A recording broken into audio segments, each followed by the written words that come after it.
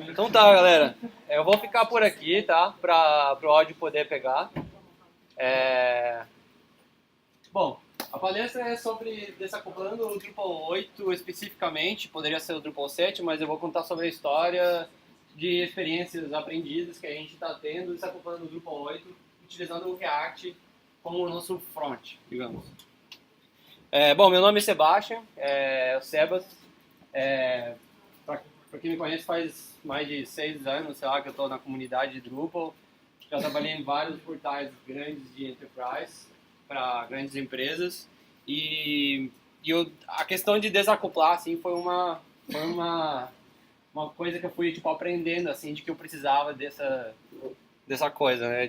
Da gente tirar um pouco da responsabilidade do Drupal. E por isso que foi essa palestra. Deixa eu ver se eu consigo... Aí. Então, por que desacoplar o Drupal, né?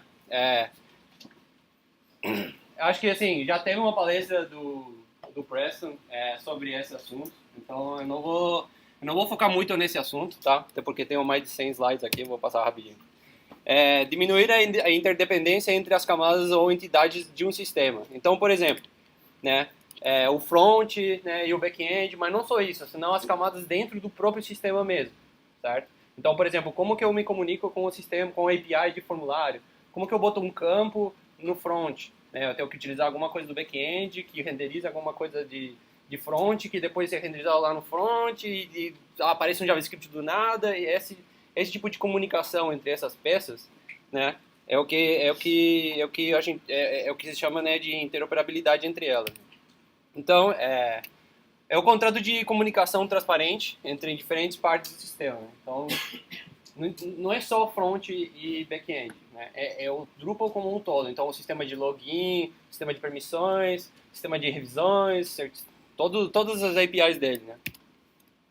Um exemplo, por exemplo, é do RESTful ou GraphQL, por exemplo, que ultimamente está se falando bastante e eu particularmente acho que GraphQL é o futuro do que a gente chama de APIs e tal. Então é um exemplo de um protocolo, né, de um contrato que você tem, que é um contrato transparente, um padrão transparente entre uma comunicação entre duas partes, tá? Uma coisa, eu sou uruguaio, tá? Então se eu falhar meu português e tal, e vocês não entenderem, vocês me falam, ok? Então, assim, como eu falei, né, essa separação um pouco do front, certo? E do back-end, realmente, tá? A gente teve muito tempo pra gente pensar, tipo, cara, por que a gente vai desacoplar e tal, mas partiu muito por causa de uma necessidade mesmo, né? A gente tava com muito lead time pra gente poder fazer coisas simples no front, entendeu? Todo mundo sabe o que é lead time? Sim? Beleza. Regras de negócio de como acessar informações misturadas com a apresentação. Então, tipo, a maneira como são guardadas as coisas lá e são tratadas e como eu acesso a essas informações, que pode ser no banco, pode ser entidades, o que for, ela reflete muito no front. Então, por exemplo, entity view, né, esse tipo de coisa, né, a parte como está feita no back-end, ela está atingindo, ela está impactando diretamente no meu front. Então, tipo, às vezes para eu mudar alguma coisa no front, eu vou ter que pensar muito em como o back-end está se comportando, então eu vou ter que mexer já em 2 lugares, e aí começa uma complexidade bem grande. Então, assim, tem um overload muito grande de complexidade. Então, o que é complexidade? Complexidade, praticamente, é o que a gente odeia, né? Geralmente. É a soma das partes que é maior do que o resultado final. Né, entropia, que é a segunda lei da termodinâmica. Então, o que acontece? Cada coisinha que eu tenho acoplado com outra, ela vai somar uma complexidade maior ainda. Então, isso significa que a complexidade ela cresce exponencialmente quando eu tenho um sistema que nem o Drupal, assim, né? Eu coloco toda a responsabilidade dentro. Então, as complexidades começam a crescer exponencialmente. Então, cada vez que eu preciso mexer em alguma coisa, é um risco muito grande, certo? Então, a gente tem deploys muito custosos, né? A gente tem coisas, não, cara, mas eu só quero trocar o label do tal lugar. Eu falo, tá, mas cara, se eu mudar aqui, eu vou ter que mudar em outros lugares, eu tenho que pensar na possibilidade de eu mudar aqui Ou se eu quiser mexer em algum módulo do Contrib, por exemplo. Cara, o módulo do Contrib que eu baixei não faz exatamente o que eu estava precisando. Ele faz uma parte, mas ele não faz... O resto que ele faz, para mim, não me interessa muito. Então isso significa que eu tenho que escolher. Ou eu modifico o módulo, ou eu crio um módulo novo, né? Então, se você vai mexer no módulo que já existe, você tem que pensar nos casos onde ele já é aproveitado. Então, cara, é muito risco você mexer. Então eu me sinto muito assim, sabe? Tipo, eu vou mexer ali, pode ser que caia o Ginga e de repente, pá, cai outra coisa, nada a ver. Entendeu? Então, assim, esse GIF aqui pra mim explica, tipo, muita coisa.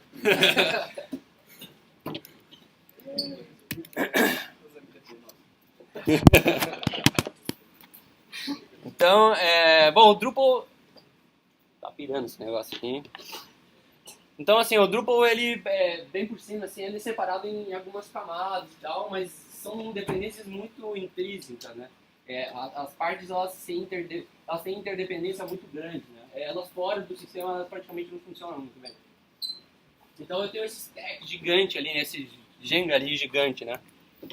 E às vezes eu me sinto que eu tô com um Titanic ali, entendeu? Então, cada vez que alguém me fala assim, cara, tem que mudar tal coisa, ou apareceu um Expedite, alguma coisa nova para fazer, eu sinto que, nossa, cara, para mudar esse Titanic aqui vai demorar um tempo e tal, então eu tenho que pensar em alguma solução rápida, de curto prazo, que provavelmente vai me fuder lá na frente. Então, tipo, que pode ser um iceberg, por exemplo. Então eu tô vendo um iceberg, mas não consigo mudar. Então eu tenho que fazer alguma coisa, sei lá, faz alguma coisa assim, entendeu? E o que é ágil? Aí eu queria perguntar, queria fazer um experimento. Quem tem como me explicar de uma maneira não tão... Não queria uma resposta filosófica muito louca.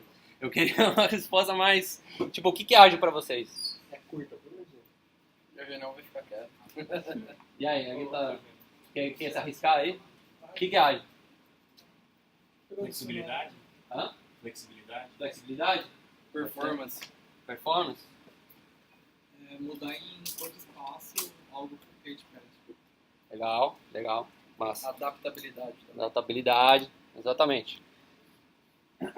Eu curto bastante essa visão, né? De ágil pra mim não é entregar rápido. Não é uma coisa tipo, o cara faz... Não, entregar rápido, cara, ágil não é isso? Porra, como assim, velho? Vocês estão ali há uma semana fazendo um negócio e tal. Ágil pra mim é entregar agora. Não, né? Ágil, na verdade, é como você lida com os cisnes pretos, né, que chamam, né, os Black Swan. É como que você lida com essas coisas do nada que acontecem, né, essas imprevisibilidades que você tem, essas variabilidades no teu sistema. Né. Então, tem uma frase bem legal, que não interessa muito o que está acontecendo, o que interessa é como você vai reagir perante a isso, certo? Para mim, ágil é isso. Quem falou isso foi o Bruce Lee. Que, cara, se você começar a ler as coisas que ele fala, ele tá te ensinando ágil, cara. É muito legal. Então tá, o front-end hoje ele é gerado pelo back-end, certo? Né? O Drupal hoje do jeito que ele é, né? Monolítico e tal. Então, assim, cada vez que eu tenho que mudar alguma coisa, eu tenho que ter muito conhecimento do todo para eu não ferrar nada que depende daquilo, certo? Então isso é um overload cognitivo muito grande que você tem. Então, assim, o cara que vai mexer, o desenvolvedor, quando ele vai mexer naquilo, ele tem que carregar todo aquele software na cabeça e falar, bom, beleza, agora eu vou mexer. Entendeu? Só que quando ele fica 2 horas olhando assim pra tela e olhando o código, só para mudar uma coisa muito simples. Né? Então, tem muitos side effects em todos os lados. Né? Side effect, tá? É que nem aquele GIF lá, né? Tipo, o cara tá mexendo aqui e de repente quebra aqui, nada a ver, né? Então, assim, isso é side effect. Side effect é alguma coisa que acontece, né? Consequente por alguma outra coisa, entendeu? Então, assim, no Drupal eu sinto que eu tenho muito side effect, muito imprevisível. E é muito difícil ter que trazer isso para todo mundo. Todo mundo no time desse movimento tá tendo que lidar com isso. Então, coisa, por exemplo, de onde vem esse campo, cara? Não sei como apareceu esse campo lá. Quem está trocando esse texto daquele botão, cara? Não sei, velho. Eu vou ter que procurar em todos os modos, em todo lugar onde faz isso e no final é uma regra CSS. Tipo, sei lá, uma coisa assim, sabe? Porque o cara não sabia como trocar esse texto e fez um content lá, uma regra lá, CSS, trocou o texto. Por que não tá funcionando?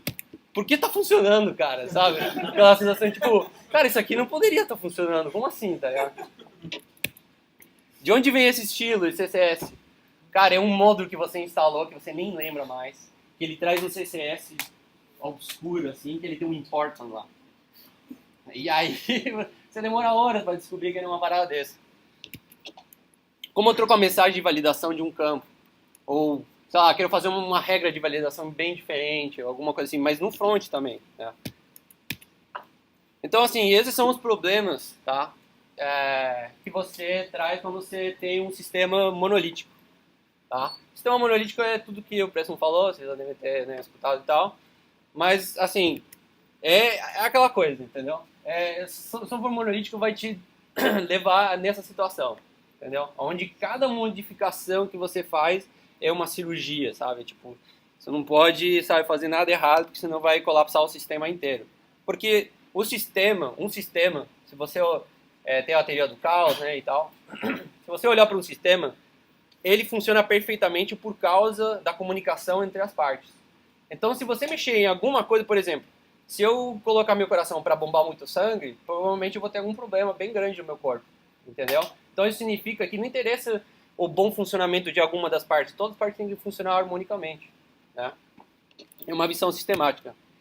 Então, algumas maneiras de desacoplar, que eu pesquisei e algumas coisas experiências que eu tenho e tal. Então, tem a Totalmente, que é aquela coisa de Drupal headers totalmente, assim, e aí você cria uma aplicação web totalmente separada, né? É um stack totalmente separado, com um servidor web totalmente separado, né? Enfim. E você tem o Drupal heads lá, bonitinho, né?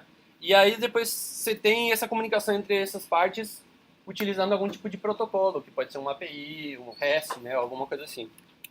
Opa. Tem a Parcial, tá? Que a gente, agora a gente está meio que chegando nela, assim, que é eu tenho uma web app, tá? Mas ela está no tema. Ela não saiu do Drupal, ela está no Drupal ainda. O Drupal ainda está fazendo o seu trabalho de me entregar o HTML, de lidar com as rotas, de lidar com segurança, sessão, um monte de coisa. E depois tem aquela progressivo que é o que o Preston estava falando bastante também. A gente adotou muito a questão fazer progressivo mesmo, tá?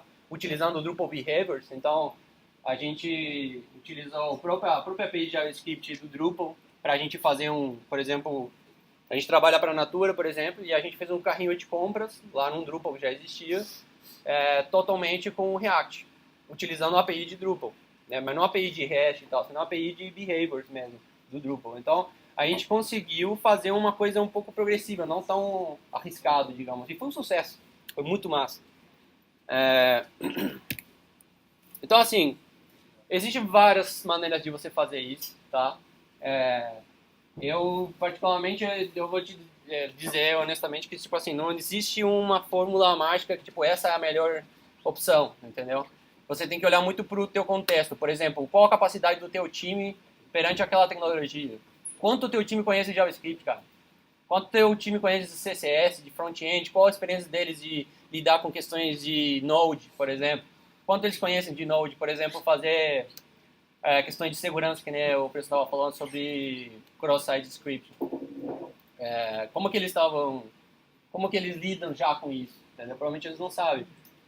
Então, assim, você já tem que saber que existe um risco bem grande, não é só por causa da tecnologia, é por causa do time que você tem. Entendeu?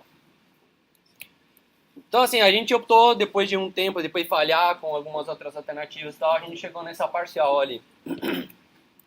Então, a gente chegou nessa opção por causa de que é quase uma separação completa, ou seja, é quase totalmente desacoplar, é bem perto disso, tá? Mas como desacoplar completamente aumenta o risco, a gente teve que, né, diminuir esse risco, mas sem perder a inovação. Então a gente começou a trocar algumas partes e tentar conversar mais com o que o Drupal já faz. Então podemos usar o Drupal onde melhor vai se encaixar, as coisas que a gente mais gosta dele, por exemplo, sistema de rotas, funciona bem legal, assim, no Drupal 8 está bem interessante, porque ele está usando, enfim, todo o sistema do Symfony, está usando o kernel HTTP e tal, tem várias coisas bem interessantes. Login, sessão de usuários, são coisas bem legais que o Drupal já lida com isso há muito tempo e ele está fazendo muito bem. O sistema de permissões do Drupal ele é muito poderoso. Não é só aqueles checkzinhos lá que é aquelas permissões granular. Ele tem um sistema de grants que é muito legal, que recentemente a gente está usando bastante para muitas regras de permissão, tipo, por exemplo, um usuário foi lá, criou um grupo e criou um documento naquele grupo e ele declarou que aquele documento que está naquele grupo, que é fechado, ele é público. Então ele é público para quem? Para as pessoas fora do grupo ou não, é só para as pessoas que estão ali dentro daquele grupo, né? Mas não para todas as pessoas. Enfim, são muitas regras muito difíceis. Você não pode ficar calculando elas cada vez que o cara vai acessar aquele documento, por exemplo. Você tem que fazer tipo um pré-cálculo disso e tal. Então são ferramentas bem poderosas que são bem úteis. RESTful API. O RESTful do Drupal, assim, ele é legal e ele abre uma porta assim para você poder fazer muita comunicação, né? Muita comunicação com outros sistemas, né? E tal. Gerenciador de conteúdo. Bom, enfim, o gerenciador de conteúdo do Drupal ele é muito legal mesmo. Só que assim, você tem que tomar cuidado como você utiliza e tal. Mas, por exemplo, a gente não quer perder já todo aquele scaffolding que ele faz, né? De gerar o formulário lá do Node, de eu poder ir lá e selecionar quais são o tipo de campo e esse tipo de coisa que ele já faz. Entendeu? Okay.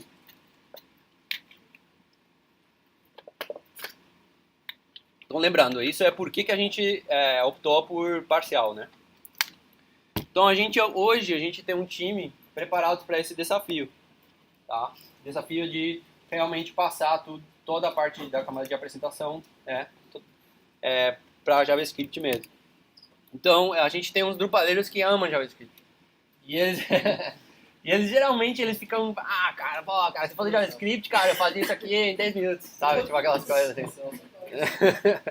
Então, assim, é muita briga, assim, contra o Drupal, sabe? Tipo, parece que o Drupal é aquele sistema tradicionalzão, assim, que fala, se cara fazer uma mudança aqui, tem que, sei lá, velho, tem que ter uma assinatura de 2 diretores, sei lá, entendeu? É foda. Nesse caso, a gente optou por parcial porque a gente também não tem renderização de conteúdo, da camada de apresentação ali, né? A gente não tem renderização no servidor, a gente não precisa dela agora. A gente pode fazer mais pra frente, mas agora não precisa, né? Então, assim, por exemplo, você vai fazer um sistema aqui totalmente logado e não tem nenhum tipo de preocupação, assim, sabe, sobre SEO, por exemplo, né, esse tipo de coisa. Então, cara, tipo, não se preocupa com isso. Então, por isso que a gente conseguiu optar por ela. Então, como que a gente está fazendo isso? Desculpa, eu tô indo muito rápido, né? Não? Tô indo bem? De bom? Então tá. Então, a gente está tratando, tá, a Web App que está dentro do Drupal como uma exceção. Ou seja, todo o resto é Drupal. Todas as rotas que vão bater lá são Drupal. Os módulos contribui que criam rotas são Drupal. Dos files, da rota que bate lá no file, tudo é Drupal. Menos a Web App. E como a gente fez isso nesse caso, a gente está usando ou um prefixo ou um subdomínio. No caso do prefixo, a gente bota essa barra app e tudo que é dali para frente é a aplicação Web App. Okay? Você pode inverter isso aí e fazer assim, ó, tudo que é Drupal realmente, só que é Drupal, você bota alguma coisa tipo, sei lá, backoffice ou backend ponto nome do teu site.com. Entendeu? Alguma coisa assim, tá? E o resto sempre vai cair na Web App. Então assim, você tem muita flexibilidade, você pode tomar essa decisão no último momento responsável mesmo. Então como que a gente fez isso? Agora eu vou entrar um pouco mais na parte técnica, tá? Então, a gente, bom, vocês sabem, no Drupal 8, né, mudou bastante coisa, né? Então o sistema de rotas está totalmente desacoplado do sistema de menus, tá? Então eu consigo simplesmente com um arquivinho de YAML ali, eu consigo ter já minha declaração de aquela rota, como que aquela rota se comporta e para qual controller essa rota vai. certo? Quais as permissões e tal. Então a gente declarou ali duas rotas, por exemplo. Uma é que vai ser a home, que vai ser /app, e a outra que vai ser /app whatever, que pode ser whatever, whatever, whatever. Ok? Então assim, como eu falei, /app vai cair na home, mas é a web app, e /app asterisco vai ser também a web app. Então, assim, com isso eu ganho essa flexibilidade, né? E essa... eu não fico quebrando muito a cabeça sobre, tipo, nossa, se instalar esse módulo, ele vai criar uma rota e tal. Login do admin, do Drupal, você não vai perder, porque vai continuar tudo igual. Você vai botar /user lá e vai ter o login do Drupal normal, né? As páginas 404, 403 são tratadas pelo Drupal também, então você não quebra o HTTP. Isso é muito importante, tá? As rotas do Drupal, uma coisa que a gente aprendeu é que as rotas do Drupal se comportam diferente do Symfony. Tem algumas peculiaridades que tem, tá? E a gente descobriu na pior maneira, né? E aí a gente conseguiu reverter essa situação. Então, por exemplo, no Symfony, se eu quiser que, por exemplo, /hello, dashboard, detalhes, sei lá, alguma coisa assim, alguma coisa, ou seja, são páginas filhas, eu simplesmente vou lá e eu declaro esse names ali, que é o nome da variável do placeholder, e eu faço um regex falando ponto, né, que qualquer coisa, qualquer caractere que estiver ali vai pra frente. Ok? Beleza. Só que no Drupal não funciona assim. Aí a gente teve que implementar um pré-processador, né? Que é o tal de inbound no Drupal 7, era um hook, né? Para você processar uma URL quando ela está chegando. O que você consegue fazer ali? A URL está chegando lá, bonitinho, com as barras todas e tal. Só que para o Drupal, essas barras não vão existir. Porque imagina todo o esforço que eu vou ter de mudar o Drupal inteiro para falar, cara, não, ignora essas barras e tal. Entendeu? Então o que a gente fez? Aí a gente botou esses dois pontos aqui. Então a gente substituiu a barra pelos dois pontos. Isso funciona perfeitamente para o nosso caso. Então, essa solução, tá? Não é uma solução que a gente inventou do nada, a gente viu. Olha o Google me escutando aqui. Isso foi uma solução que a gente achou, pesquisando pra caramba, até achar que um desgraçado que nem a gente estava precisando disso. Então, para fazer isso, né, não é só ir lá e declarar a classe, né, você precisa falar, porque aquilo lá é um serviço, então você precisa declarar o serviço, falar qual a classe do processador e falar a tag. Essa tag aqui é o nome do serviço. Ok? Tem ali a URL para vocês verem no Stack Overflow como que chegaram nessa conclusão e tal, e como fazer isso. Uma coisa bem interessante que a gente discutiu muito, que era tipo, onde a gente vai colocar essa tal de web app? E aí a gente chegou na conclusão de que o melhor lugar para fazer isso, e o melhor caminho seria colocar no tema mesmo. Por quê? Porque o tema mesmo é o front mesmo. Na primeira instância, a gente falou assim, não, vamos fazer no módulo. Porque, porra, como assim? Vai ficar tudo separado e tal. Mas era exatamente isso que a gente queria. A gente queria desacoplar mesmo. Então, assim, por enquanto, está fazendo muito sentido. Muito sentido. E a gente está conseguindo aproveitar toda a API de tema para isso. Então, aqui eu vou só passar rapidinho. Aquela parte não estruturada é objeto. Qual? Sim, objeto. Até que ele mostrou o site era estruturado. Não. Porque essa aqui é Drupal 8. Drupal 8 é tudo 8 objetos. Então, assim, a gente teve que sobrescrever o arquivo, um template de HTML, né, para a gente ter controle total da renderização, né. Nosso package JSON, né, para a gente baixar todos os modos que a gente quiser. A gente declarou aqui as bibliotecas que a gente vai querer do tema. A gente criou nossa configuração de webpack, aí eu vou falar como a gente está usando e tal. E aí a gente tem, dentro da PassSource, a gente tem toda a nossa aplicação, toda a nossa web app. Então, assim, /app/asterisco cai no tema web app, certo? E como que você vai fazer, como que faz isso, né? Como que fala assim, cara, quando for esse caminho ali, você tem que carregar o tema web app. Então a gente implementou um outro serviço, tá? Que é o Team Negotiator.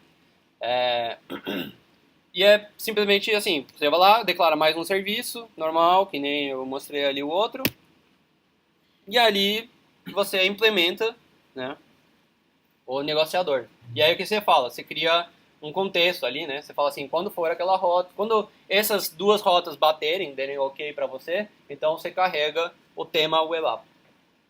Simples assim. Então, assim, o login e a sessão é tudo lidado, é tudo Drupal. Então, naquele barra web app, barra app, barra o que for, eu estou na web app e ela está logada. Eu estou logado. O Drupal está lidando com a sessão, com a cookie, com tudo, com permissões, com tudo. Então, assim, a gente... Quando chegou esse projeto e tal, a gente falou, cara, vamos desacoplar tudo, porque agora do Drupal 8 é tudo hash, maravilhoso, né, e tal. Pois é, não foi tão assim. O login ele ainda está em conversas e em evoluções e tal. Até porque esse foi o objetivo do Drupal 8. O Drupal 8 foi o objetivo de a gente fazer entregas mais pequenas, né? Entregar pequenas entregas assim, né? Então, tipo, tem aquela semantic version. Então é diferente, não vai ter, tipo, altas versões gigantes, né? Vai ter versões mais rápidas. Então, esse login ali ainda não está pronto, mas tem um patch pronto, tá? E tem uma issue gigante, não estão discutindo pra caramba, enfim. E você pode pegar lá o patch. Depois eu vou... Acho que eu tenho o link por aqui. A gente tentou usar o formulário de login, certo? Porque lá tem o push, né? Tem uma rota lá que, né, quando você clica, você faz submit daquele formulário, ele tem lá no action, vai para alguma rota onde ele faz o login, certo? Só que não deu muito certo, cara, porque ele só retorna uma booleana e ele faz redirect quando dá sucesso pro user.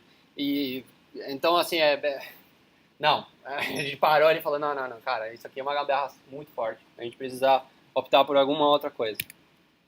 Então a gente achou aquele patch lá, que o que ele faz, ele vai me dar agora uma rota barra user barra login, normal, é a mesma rota do formulário que o formulário usa, só que a diferença é isso aqui, ó. Opa, aqui, ó. Essa carry aqui, ó. E o content type, ok? Então, assim, só fazendo isso ali, eu já consigo passar o nome e a senha e ele automaticamente vai me retornar no header o set cookie, vai funcionar tudo normal. O browser vai entender isso e vai... Você já está logado, entendeu? Não precisa refresh, não precisa de nada. Então, como que é esse stack de tecnologias que a gente optou para a nossa web app? A gente optou por React, né? Por que a gente optou por React e não, tipo, sei lá, Angular ou Ember ou alguma coisa assim?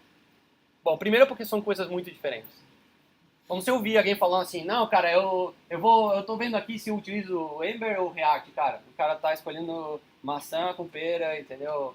Maçã com, sei lá, com carne, entendeu? Não tem nada a ver uma coisa com a outra, entendeu? O React pode ser utilizado com Angular, pode ser utilizado com Ember, ou, enfim, pode ser usado com qualquer coisa. Por quê? Porque ele é uma biblioteca da camada de view. Tá? Então ele é muito simples no que ele faz. Ele não faz mais daquilo. Limitação é uma feature. Entendeu? Ele não fazer aquilo é uma coisa muito boa. Entendeu? Então, assim, como eu falei, é o V do MVC, por exemplo, se você tiver uma aplicação, MVC. Uma das coisas bem fortes do React é que ele induz muito e ele aplica muito dos conceitos da programação funcional. Tá? Só para fazer uma pesquisa rápida, assim, quem aqui sabe programação funcional? Interessante, cara, isso, velho. Então, assim, a gente está programando, rapidamente, a gente está programando do mesmo jeito que há décadas. Décadas. E isso no mundo da tecnologia, vocês sabem que não faz muito sentido, né? A cada ano está mudando um monte de coisa, a gente tem evolução muito constante, muito rápida, né, no âmbito da tecnologia. Só que a gente continua programando do mesmo jeito. Continua fazendo os mesmos problemas. Enfim, eu tenho um post que eu fiz sobre programação eficaz, que está lá no blog da Thaler ou do Medium, que fala exatamente sobre esse ponto. sobre como, por exemplo, o Uncle Bob, quem não conhece o Uncle Bob, procurem depois, ele fala muito sobre isso. Fala, meu, a gente tem que parar de fazer a mesma coisa, cara. A gente tem que rever, as coisas mudaram, entendeu? Hoje em dia eu tenho um celular aqui que tem, tipo, o que antigamente era um prédio inteiro. As coisas mudaram, é outra história, entendeu? Então, beleza. Programação funcional e reativa, né? Ela traz um monte de conceito que me torna a aplicação muito previsível. Ou seja, eu sei matematicamente quase exatamente o que vai acontecer com o meu software. Ele me facilita para fazer teste automatizado, enfim, é muito bom. Esse aqui é um exemplo de um botão simples, de um like, por exemplo, do Facebook. Tá? Então, assim, você vai estender, ele utiliza a classe, mas isso aqui não é obrigação já. Saiu uma nova versão agora que você tem como criar um botão, por exemplo, um componente totalmente feito com função, é uma função mesmo. Então não tem estado, esse diz aqui, ó, não tem mais. Então quando você faz diz em alguma classe, você está atribuindo estado dentro daquela classe. Então quando ela é instanciada, é dependendo do tempo da execução do teu software. Então, cara, esse diz pode mudar. Entendeu? E isso é muito ruim, porque não é previsível. Entendeu? É difícil de testar, de mocar um monte de coisa. Então, esse formato aqui é um dos mais moderninhos ali. Então, você vai implementar um construtor e você vai definir um estado para aquele botão. E ele não está curtido, certo? E aí, depois você vai ter um método render, tá? Onde você vai, de fato, renderizar o botão, tá? Só que assim, esse componente ali embaixo, esse return ali, row, button, on click e tal, tudo lá, aquilo lá não é HTML. Ele vai renderizar HTML mais pra frente, mas ele não é HTML ali. Isso ali é JavaScript. Isso aí se chama JSX. Aqui é uma sintaxe e tal, que representa um DOM, mas ele não é DOM. Okay? Ele é JavaScript realmente. Se eu tirasse o JSX, isso ali viraria um monte de função de JavaScript. De criar elemento, criar não sei o que, tal. Tá? Então, é muito simples. Então, tu renderiza dependendo do estado daquele componente. Então, assim, como que está o estado do componente? Ele está curtido. Então, eu já sei o teste que eu preciso mostrar. É simples. É muito reativo. Eu vou reagir perante ao meu estado. É muito simples, é isso que você sempre tem que fazer, entendeu? É muito de esquerda para direita, entendeu? Tá, vou acelerar aqui. Então, assim, como eu falei, não é Virtual DOM, tá? Então, isso aqui não é HTML, ok? Virtual DOM, explicando rapidamente, é tipo uma árvore binária, assim, né? Então, assim, o que acontece? No Virtual DOM, quando eu atualizo, eu mudo o estado de alguma coisa, tá? Eu vou mudar só esse componente. E provavelmente ele vai falar assim, cara, se esse componente mudou, os filhos provavelmente podem mudar, porque o estado do pai mudou. E por aí vai. Então ele vai mudar todos os caras, ele vai tentar re-renderizar tudo de novo, todos os filhos dessa árvore. Ok? Então assim, ele vai fazer toda a re-renderização de todos os filhos e tal. Isso aí tem como utilizar algumas maneiras para que não seja tão custoso e tal. Na verdade não é. Mas tem maneiras de deixar menos custoso ainda. E no final, no browser, só vai ser renderizado a diferença. Então, assim, ele tem a versão anterior do DOM, entendeu? E aí ele gera lá o DOM novo e ele compara e fala assim, cara, só mudou isso aqui. Então, quando ele vai mudar o DOM lá no browser, ele só vai mudar o que mudou realmente. Tá? Isso é ótimo porque ele vai diminuir o repaint e o reflow do browser.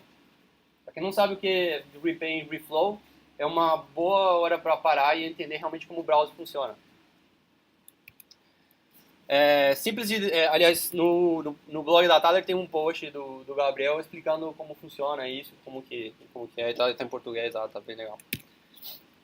Simples e declarativo e aumenta o entendimento do código. Isso é uma coisa bem interessante, cara, a gente está discutindo ultimamente, que é o familiar versus o que é entendível, tá? Então, o que acontece? Uma coisa que é familiar, eu tenho que assumir que aquela pessoa já conhece, já viu isso aí várias vezes. Já viu um for each várias vezes. Já viu, tipo, aquele problema várias vezes. Já sabe como solucionar. Mas eu estou atribuindo essa responsabilidade, tipo, a pessoa já tem que saber tudo aquilo antes de fazer alguma coisa. É diferente de você ler um código, você não sabe nada sobre aquilo, você nunca viu isso na vida, mas você entendeu. E você consegue trabalhar, você consegue fazer o que você precisa fazer. Entendeu? É bem diferente, porque isso é uma maneira de você escalar teu time. Não escalar, né, a aplicação, ela ficar performática e tal. Escalar teu time mesmo. Então, pessoas novas entram no time e já olham ali e conseguem entender. A renderização no servidor melhora o CEO, mas não só o CEO, é o UX também. Então, essa é uma coisa interessante para dar uma olhada. Então, assim, o componente ele representa uma função. Então, imagina que você tem uma função que renderiza esse componente de like button. Aquele componente ele recebe argumentos e a renderização, a execução daquela função vai te dar um DOM final, um virtual DOM final. Você consegue pegar essa função e fazer um teste unitário perfeitamente.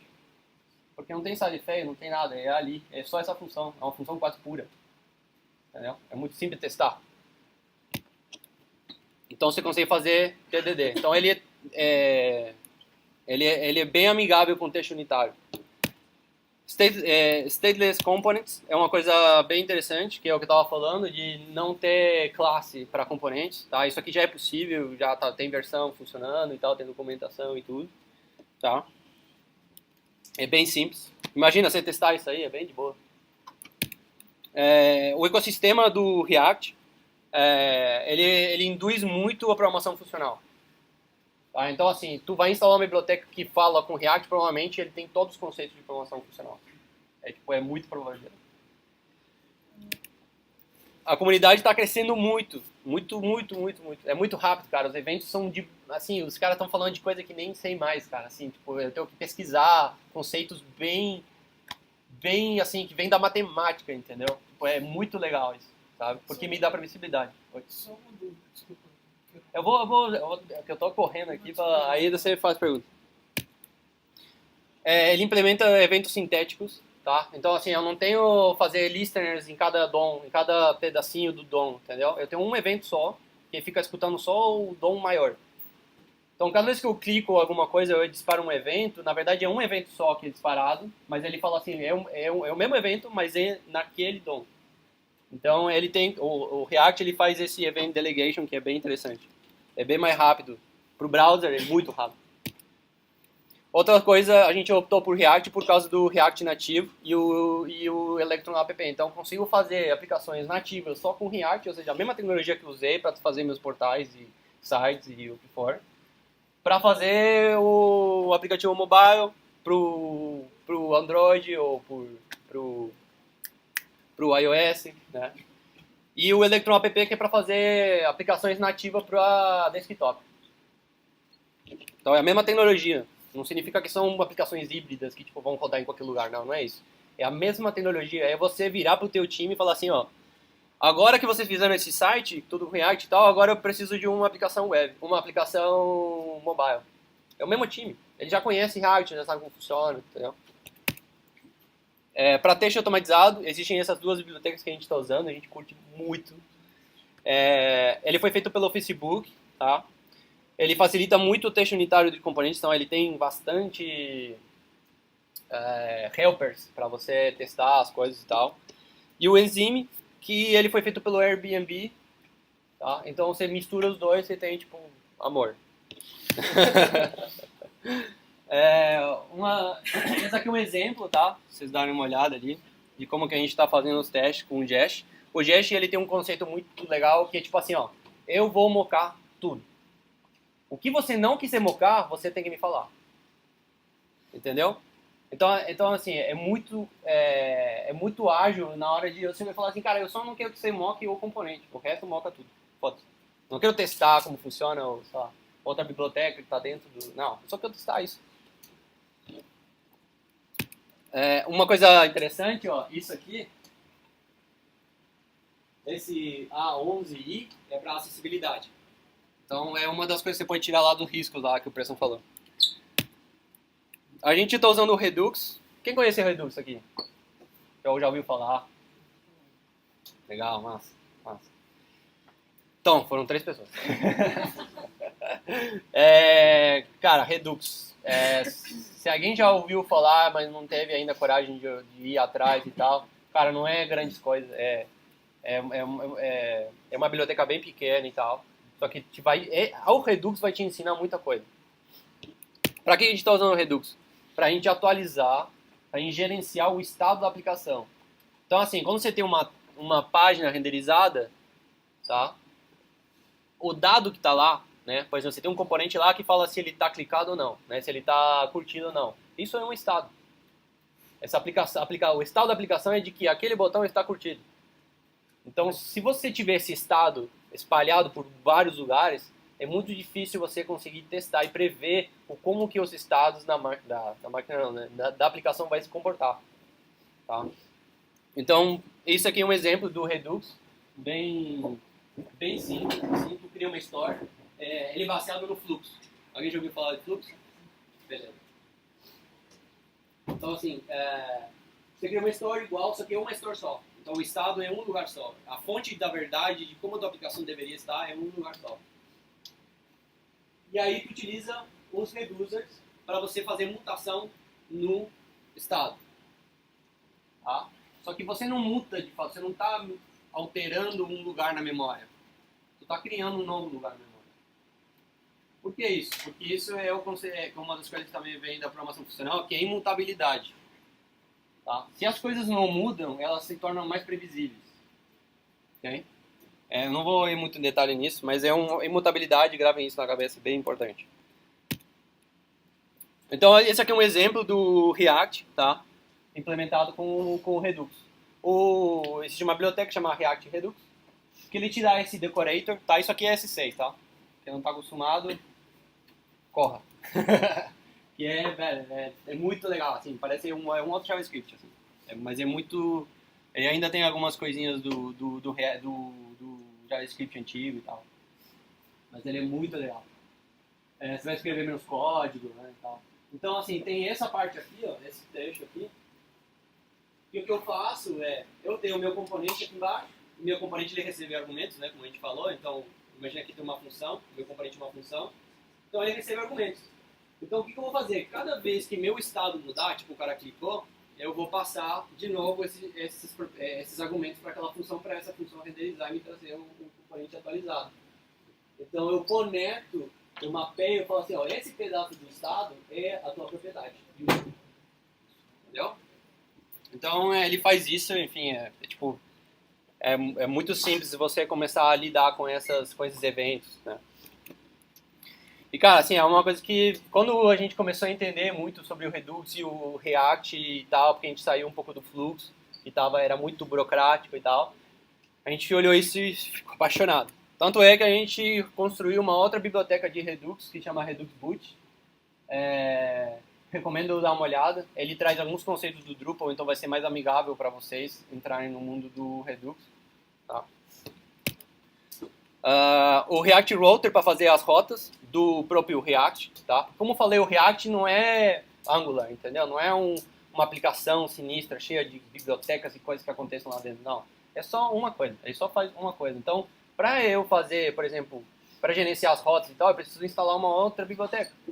E existe esse React Router, que é muito adotado pela comunidade, tem muita documentação, é muito legal. Isso aqui é um exemplo. Eu não vou entrar muito em detalhe agora, mas, enfim, quando você vai renderizar, você renderiza as rotas, né? E é como se fosse React também. Então, quando ele bate aqui, quando ele dá match, ele vai renderizar esse componente. É muito simples. Mas ele utiliza toda a questão do diff, né, e daquela árvore lá do Virtual DOM, é o mesmo conceito, só que para rotas. Então é bem interessante. CSS Modules, a gente já ouviu falar? CSS Modules? Não? CSS Modules é um novo conceito de CSS, tá? Mas é uma maneira mais para você compor as tuas classes e não você estender as tuas classes. E você ter tipo uma classe que estende uma outra classe, que estende uma outra classe, que estende uma outra classe. E aí você fala assim, puta, agora eu preciso só esse pedacinho lá, mas em outra classe. Então beleza, vamos criar uma outra classe gigante que tem esse cara que vai compartilhar e tal. Entendeu? Então se torna muito imprevisível. Tanto é que por isso que foi criado o conceito de Shadow DOM, né? Que é tipo, eu consigo pegar esse componente aqui e botar em outro lugar e vai funcionar exatamente igual. Mesmo estilo, mesmo tudo. CSS Modules, essa aqui é um exemplo, tá? Então, por exemplo, aqui eu estou compondo uma classe. Então eu estou compondo uma classe, estou falando, ó, eu quero esse link aqui, entendeu? Mas não é a mesma coisa que estender, tá? E aí eu tenho como falar para ele, ó, cria uma classe desse cara aqui, porque isso aqui tudo já é escrito, tá? Menos isso aqui. Então aqui, nesse styles link, eu estou fazendo import do styles, tá, do CSS, isso aqui no JavaScript, tá? E eu estou falando assim, ó, eu quero a classe link. Okay? O que ele vai fazer? Ele vai criar uma classe muito louca, que é com hash e tal, é opcional isso aí, mas ele pode fazer, por exemplo, BEM. Alguém conhece BEM? BEM? Beleza. Nossa, CSS. Então ele consegue fazer BEM automaticamente para você. É muito louco, é muito legal. Então, assim, ele que vai construir o nome da classe pra você. Você não precisa mais se preocupar com, nossa, cara, como que eu vou chamar esse nome dessa classe agora, cara? Tipo, sabe, você fica tipo uma hora assim, não, vou trocar, não. Button, button não, sabe? Tipo, aí você fica horas. Pra gente chegar nesse resultado, utilizar, por exemplo, fazer esse import do CSS e aparecer ali e tal, e ser renderizado, e ter o S6, a gente está usando o Babel com o Webpack. O Webpack, ele é um bundler. Então ele vai entender todos os requires e todos os imports e tal, e ele tem um algoritmo muito louco, e aí ele vai criar um arquivo só para mim com tudo que eu preciso, tá? A diferença do Webpack com o Browserify, por exemplo, é que eu consigo ter vários entry points, que eles chamam. Ou seja, eu consigo ter vários desses bundles aqui que eles são contextuais. Então eu consigo dividir esse bundle em vários pedaços à medida que eu vou precisando deles. Tá? Enfim, pessoal, assim, não é a melhor, isso que eu acabei de mostrar, não é tipo, isso aqui é tipo o melhor, você tem que fazer amanhã, sabe? Não é isso. Isso aqui é a maneira como a gente está resolvendo as coisas depois de um tempo de estudar, de errar, de melhorar, de errar de novo, melhorar, acertar, entendeu? É todo um processo de melhoria contínua mesmo, tá? E essa maneira melhor que a gente conseguiu agora de fazer as coisas, a gente está testando, a gente está fazendo vários sistemas e tal, para a Natura, inclusive, que já estão adotando todo esse stack ali, tá? Então, assim, como eu falei, é work in progress, tá? Uma coisa que realmente posso te passar é assim, ó, não tenta pegar aqueles boilerplates gigantes e botar dentro do projeto, porque você não vai entender nem a metade do que está lá. E aí você vai perder a agilidade, né? Porque quando der algum problema, você não vai saber onde mexer. Bom, falei do Drupal 8, né? Falei das coisas boas e tal. Mas, assim, lembrando, o Drupal 8 é muito bom em algumas coisas. O Drupal 8 mesmo é muito bom. Ele tem, por exemplo, essa arquitetura dele está menos acoplada. As partes agora, elas se comunicam através de serviços. Então, eu tenho como mocar esses serviços, entendeu? Eu tenho como simular esses, como se tivesse aquele serviço lá. Não é mais hooks malucos por todo lugar, entendeu?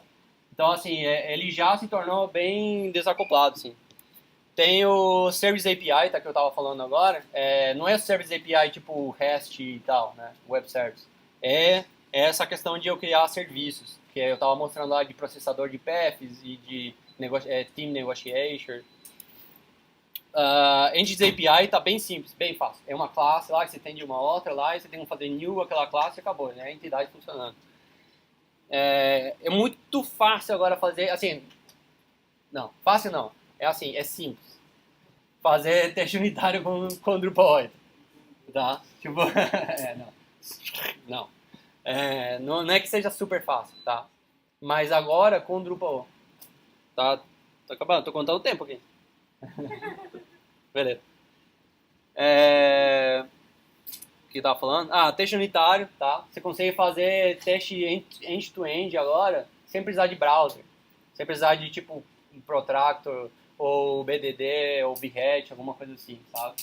Se tem um Jasmine montando um browser e tal, tu consegue realmente renderizar lá o DOM que fica no final e testar e ver se tá lá as coisas que tu precisa. Ele utiliza Composer PHP. Isso é, tipo, ótimo. Só que tem alguns problemas com isso, que é o que? Provavelmente tem muitas pessoas que não vão estar muito familiarizadas com isso. Quem utiliza o Drushmake é bem parecido a isso.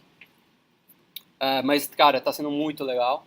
E o Drupal Console, que inclusive é o projeto de uns amigos meus, que tá crescendo muito rápido, assim, e tá ficando bem massa e ajuda bastante para, por exemplo, eu quero criar uma classe. Ele tem lá, create class, não sei o que. É como se fosse um Drush, né? E aí ele vai criar a classe lá certinha, com PCR4, tudo perfeito, com YAML, sabe? Ele te ajuda bastante. É Scaffold. Isso aqui não fui eu, assim, que tipo, bolei tudo isso, tá? Isso aqui é um trabalho em equipe, tá? Então, assim, a gente se reúne várias vezes para discutir, a gente estuda juntos, a gente apanha juntos, a gente comemora juntos. Então, assim, isso aqui foi toda descoberta de trabalho em equipe. E é isso. Perguntas?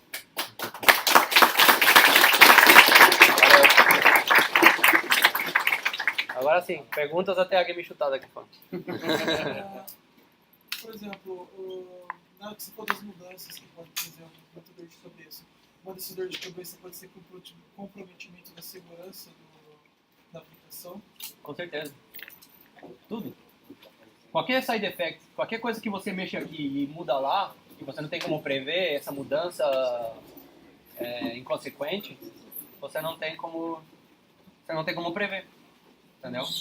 Então, assim, quando você tem pequenos sistemas, mais microserviços, assim, e você tem mais desacoplada as partes, você tem responsabilidades bem mais estipuladas, entendeu? Você tem um controle maior do que acontece ali. Entendi. Tem muito, assim, que eu no Drupal eu não conheço nada. Por exemplo, fiz a faculdade, eu conheço. Perdão. A galera, não sei se alguém tem alguma pergunta? Eu vou. Tô pensando tudo pra você, desculpa, foi mal. Não, imagina. A gente conversa agora. Não, tipo. Se ninguém tiver mais perguntas, então é isso. Daí, no final, o React trabalhava tranquilo com o user do Drupal e cookies e etc. Sim. Tá bem de boa. Ele não faz nem refresh nem nada. A gente tem um formulário lá feito com React. E quando faz o submit, né? Eu disparo uma ação para fazer o request para aquilo lá que eu mostrei, aquela action Daí lá. você fazia o request para o login, user/login. E aí ele vai te retornar no header 7 cookies. Então o browser entende isso e ele já automaticamente pegava um cookie. Exato. Exatamente. E teve alguma coisa que seria muito tranquilo fazer em Drupal que teve dificuldade de fazer em React, porque... Cara, provavelmente por causa de familiarizar. Tipo assim, a gente está familiarizado com muitas coisas do Drupal. Sim. Então, tipo, a gente às vezes fala assim, cara, era sei lá, criar uma view e expor esse campo aqui e vira um filtro e já tá pronto. Tá bom? Só que o problema é que o cliente, no outro dia, chegava assim e falava, não, mas agora eu quero o campo, quando você digita, faz tal coisa. Aí você fala assim, puta, velho, agora eu vou ter que mexer na view, criar um plugin, criar não sei o quê. E nesse sentido de views, etc., daí vocês criavam uma views para mandar pro React? Quando tinha alguma listagem, alguma coisa assim, ou como é que... Sim, a gente pode fazer isso. Na verdade, assim, hoje em dia você tem as duas, você tem várias maneiras de você fazer isso com views. Você exporta uma view, você cria um display da view, né, que é um export de REST. Sim. Ok? E agora você tem o GraphQL que você pode usar também. Que é um Drupal 8. O bagulho é louco, cara. Entendeu? Isso muda tudo, tá? Sim. Tá.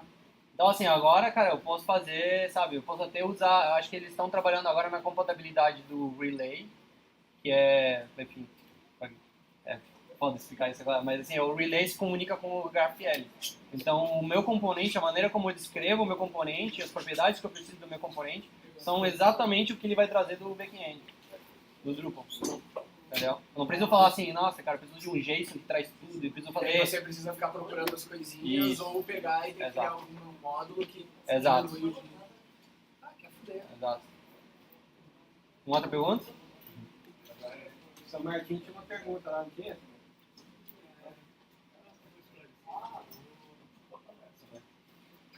Alguma outra pergunta? Não? Bom, vou estar aí. Então, eu adoro falar sobre isso. Você quer falar, né? Só uma pergunta Sim, básica. claro. Você falou de algumas coisas, muita coisa que não para mim.